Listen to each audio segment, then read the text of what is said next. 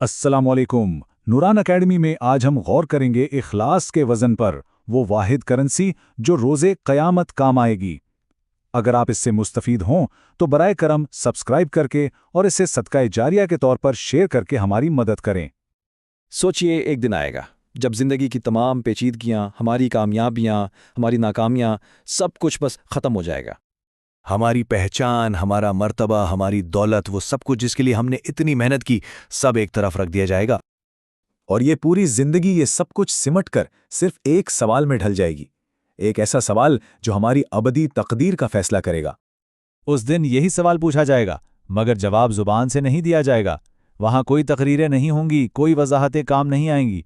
जवाब सिर्फ हमारे आमाल देंगे।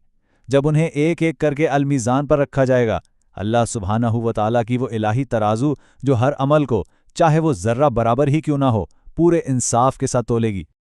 तो फिर सवाल ये उठता है कि जिस चीज़ को हम आज कामयाबी समझते हैं, क्या वो उस दिन भी कामयाबी शुमार होगी? आइए ज़रा दुनिया और आखिरत के इन पैमानों का मुवाज़ना करके देखते हैं। देखें, इस दुनिया में तो हम कामयाबी को तरक्की से नापते हैं ना, ज़्यादा पैसा, ज़्यादा पहचान, बड़े बड़े नताइज।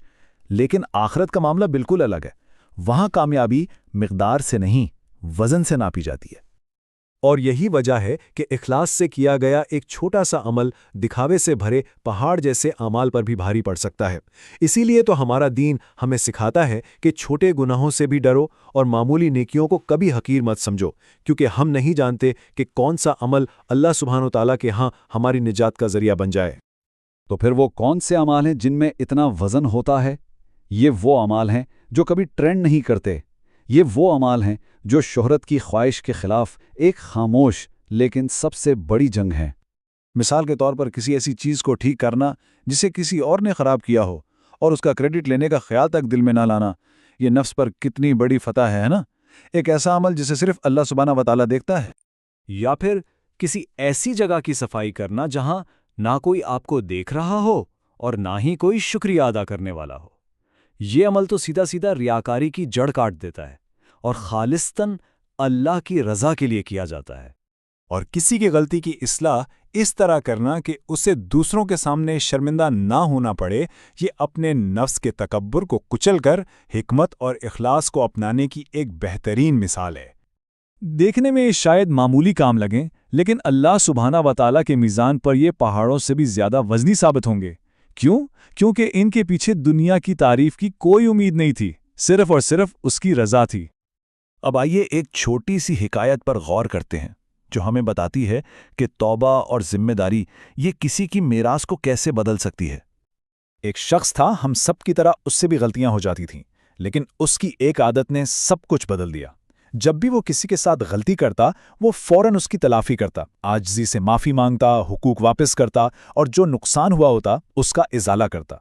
वक्त गुजरा, लोग तो उसकी गलतियां भूल गए, लेकिन अल्लाह सुब्हानहू व तआला उसकी तौबा को नहीं भूला और क़यामत के दिन यही इस्लाह के अमाल उसके मीज़ान को भारी कर गए।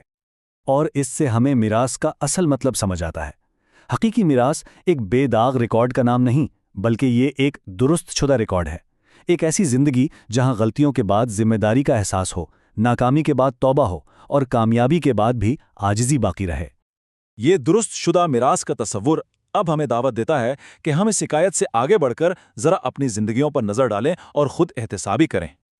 आइए हम सब अपने आप से पूछें, अगर आज इसी वक्त मेरा मीज़ान कायम किया जाए तो कौन सी चीज़ इसका पलड़ा भारी करेगी? वो नहीं जिसका हमने सिर्फ इरादा किया था या मंसूबा बनाया था, बल्कि वो जो हमने हकीकत में किसी नुकसान की तलाफ़ी और भलाई फैलाने के लिए किया। लेकिन याद रखें, अल्लाह की रहमत का दरवाज़ा हमेशा खुला है। हमारा दीन हमें सिखाता है कि सबसे बड़ी कामयाबी कभी ना गिरना नहीं, बल्कि हर बार गिर कर तौबा के जरिए अल्लाह सुब्हानहू व तआला की तरफ लौट आना है।